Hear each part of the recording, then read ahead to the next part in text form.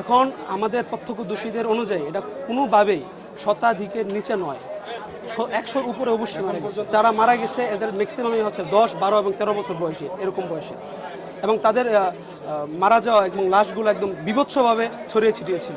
এখন পর্যন্ত নিখোঁজ রয়েছে, এটা আমরা আমাদের প্রশাসন বা আমাদের স্কুল কলেজ অথরিটিকে প্রেশার ক্রিয়েট করতেছি এটা তালিকা করার জন্য, কিন্তু তারা এখনও করতেছে না। হয়তো সেনাবাহিনী থেকে কোনো প্রেশার আছে, এবং সেনাবাহিনী থেকে আমাদের শিক্ষার্থীদের গায়ে হাত তোলা হয়েছে কালকে, এবং আমাদের প্রিন্সিপাল স্যারের উপর হাত তোলা হয়েছে। আমাদের এখন পর্যন্ত 2-1 জনের সঙ্গে কথা হয়েছে যাদের এখনও পাচ্ছেন না তাদের বাচ্চাদেরকে, কিন্তু এর পূর্ণাঙ্গ তালিকা যেটা আছে সেটা এখনও প্রকাশ করা হয়নি। এখন পর্যন্ত আমরা যে খবর পাইছি, এখানে শিক্ষা উপদেষ্টা আসছেন এবং আইন উপদেষ্টা আসছেন এবং প্রধান উপদেষ্টার প্রেস সচিব যিনি আছেন উনি আসছেন। আমাদের শিক্ষার্থীদের পক্ষ থেকে 6 দফা দাবি উত্থাপন করা হয়েছে। এর আমি সারসংক্ষেপ বলছি।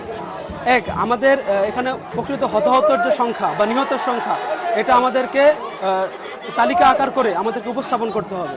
এখন এখানে অভিযোগ আসছে যে প্রকৃত সংখ্যাকে লুকানোর চেষ্টা করা হয়েছে, এবং এই উত্তরার মতো এবং ঢাকার মতন ঘনবসতিপূর্ণ স্থানে কিভাবে বিমান প্রশিক্ষণের মতন একটি স্পর্শকাতর একটা অপারেশন হইতে পারে, এটার জবাব দিতে হবে।